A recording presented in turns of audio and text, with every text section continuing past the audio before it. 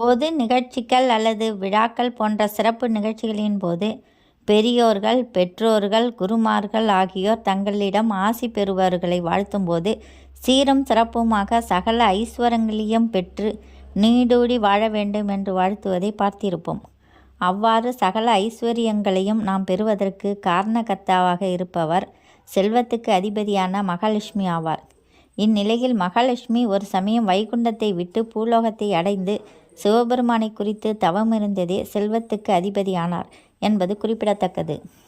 அவ்வாறு மகாலட்சுமி சிவபெருமானை வழிபடும்போது சிவபெருமானுக்கு மிகவும் பிடித்தமான வில்வ மரமாக இருந்து தவம் செய்ததே அத்தகைய உயர்வான நிலையை அடைந்தார்.